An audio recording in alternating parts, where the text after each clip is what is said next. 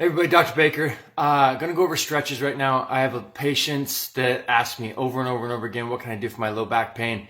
So I wanna show you the key stretches for low back, but also postural stuff. It's gonna help shoulders, it's gonna help everything if you just stretch these 3 or 4 areas, and it should take you literally like less than 5 minutes. You can do it every single day. It'll make a difference with your posture. It'll help your low back pain. It'll actually prevent issues as well.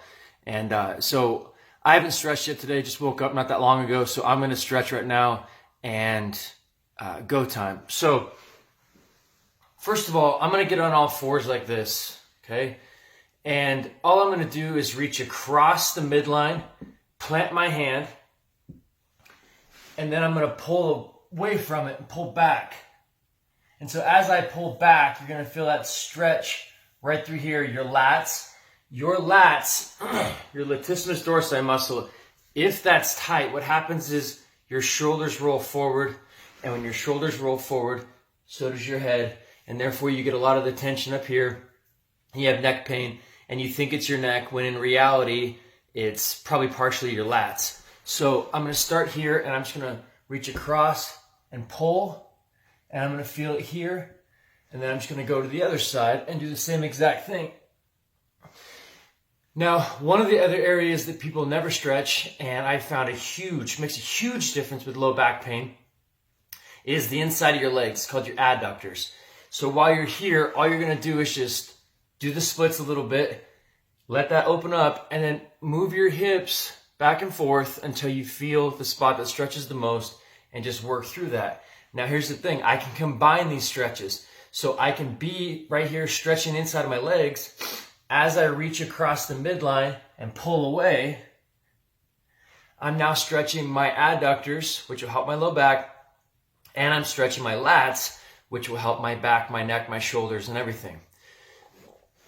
Next thing from here, all I'm going to do is go back to my knees, and then I'm going to take a big step forward, and you want to engage the hip right here so you can feel that muscle right there.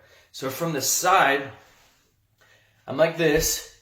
And then when I shift, watch, I'm not doing this. I'm not creating a big curve in my low back. My low back stays straight.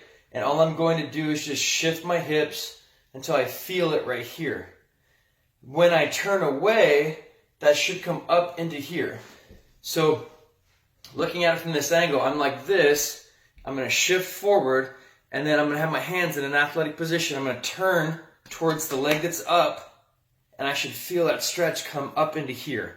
So 1,000, 2, 1,000 back. 1,000, 2, 1,000 back. This would be a form of what's called an active stretch. You're using other muscles in order to stretch this area. You're using other muscles in order to stretch the muscle that's basically opposite of that one.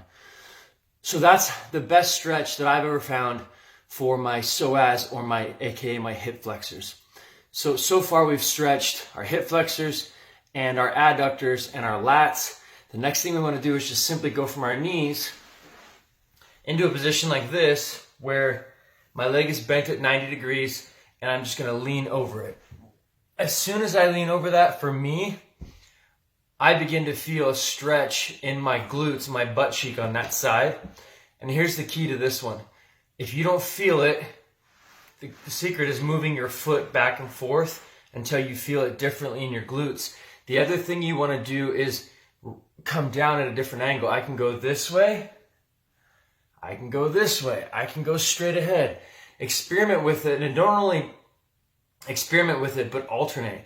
Go that way, go that way, go that way. Get as much stretch out of this area, your glutes, your piriformis. Your piriformis is a muscle that ultimately comes from your sacrum across your butt and attaches to your leg. If you're having any sort of sciatic related stuff, it's either where the nerve comes out of your low back between L5 and your sacrum, and or your piriformis that crosses that muscle is tight and it's pushing on the nerve. That crosses that nerve is tight and it's pushing on the nerve. So this stretch, something as simple as literally just getting my leg at 90 degrees. Don't worry about the trail leg, it's fine.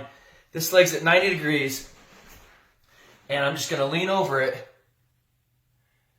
That alone will radically reduce low back pain and or sciatic related stuff. When you do that in combination with stretching the psoas, those are the two main stretches for your low back. Add the adductors, getting better and better. Add the lats, getting better and better. And then the only other thing to keep your shoulders from rolling forward is you want to stretch your chest. And so if I reach back and I hold on to something, so imagine that there's a door here or a wall, I'm just going to turn away from it and allow that to stretch my chest. Again, stretching chest and lats keeps me from doing this. Keeps my shoulders from going forward. Last stretch, bonus stretch, real quick. If you have pain in the back of your neck, don't stretch the back of your neck. I'll explain more later, but ultimately what you want to do is stretch the front of your neck. So while I'm already sitting here, just stretch my chest, all I'm going to do is I'm going to turn, look this way, lean back until I feel it engage here. I'm going to rub it a little bit, and then I'm just going to jet my chin up, and that'll stretch this. That's the stretch you do for neck pain, not the back of your neck. Stretch the front, strengthen the back. That's in a whole nother video. But this is the best stretches, best stretching routine. Should take you 5 minutes or less, and it's going to change a ton of stuff. Have a great day. See you around.